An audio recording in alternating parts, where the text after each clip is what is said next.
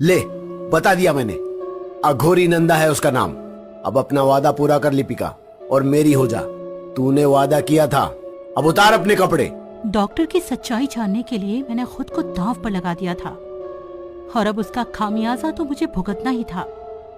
लेकिन मैं इतनी जल्दी हार मानने को तैयार नहीं हूँ। डॉक अब मेरी कहानी के इशारे पर चलेगा और मैं उसे अपनी ही कहानी में फंसाकर राख कर देना चाहती हूँ। इसीलिए मैंने डॉक की हवस को और बढ़ाना चाहा ताकि उसका दिमाग मेरे शरीर पर रहे, ना कि मेरे दिमाग पर। डॉक, आपको पता है आगे इस कहानी में क्या होने वाला है? तुम मेरी होने वाली हो लिपिका। अब तो आपकी शक्तियों को देखकर मैं भी आपकी होना चाहती हूँ डॉक। इतना कहते ही मैंने अपने ऊपर के बचे कपड़े उतार दिए। अब डॉक्टर की आंखों में मेरे नंगे जिस्म को देखकर उठी हवस को मैं साफ देख पा रही हूँ।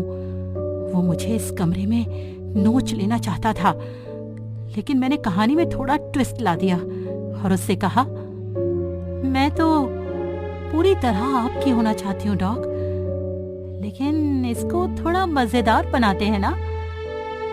आप जैसे ही मुझे अघोरी नंदा की कहानी बता दोगे, वैसे ही मैं आपको एक शिकार की तरह बिस्तर पर बिछी मिलूंगी। अघोरी नंदा का नाम सुनते ही डॉक्टर किसी शैतान की तरह तिलमिला उठा और जोर जोर से चिल्लाने लगा, नंदा नंदा नंदा, सुनाई देता हूं मैं तुझे उसकी कहानी। इतना कहते ही डॉक्टर ने हाथ में पकड़ी मशाल को जमीन पर दे मारा और कमरे में चारों तरफ आग फैल गई। और तभी गुस्से में डॉक्टर ने अपनी कहानी शुरू कर दी।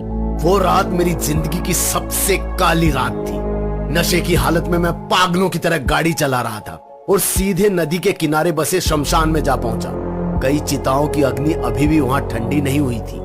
मैं उन्हीं में से एक चिता के पास जाकर खड़ा हो गया। दूर खड़े एक आदमी ने मुझे आवाज दी, कौन हो तुम? उस चिता से दूर हट जाओ। लेकिन मैं राख होने ही तो आया हूँ। क्या कहा तुमने? तुम कौन हो? इस शमशान का रखवाला। मुर्दों को भी रखवाली की जरूरत होती है क्या? ज्यादा रोब ना बतियाओ बाबू, क्या काम है वो बताओ। एक चिता सजा दो। ना ढोल ना ताशा ना किसी की हरती, तो चिता किसकी सजा दूं? मेरी। अरे पगला गए हो का? लोग मरने के बाद यहाँ आते हैं 4 कंधों पर, और एक तू आया है।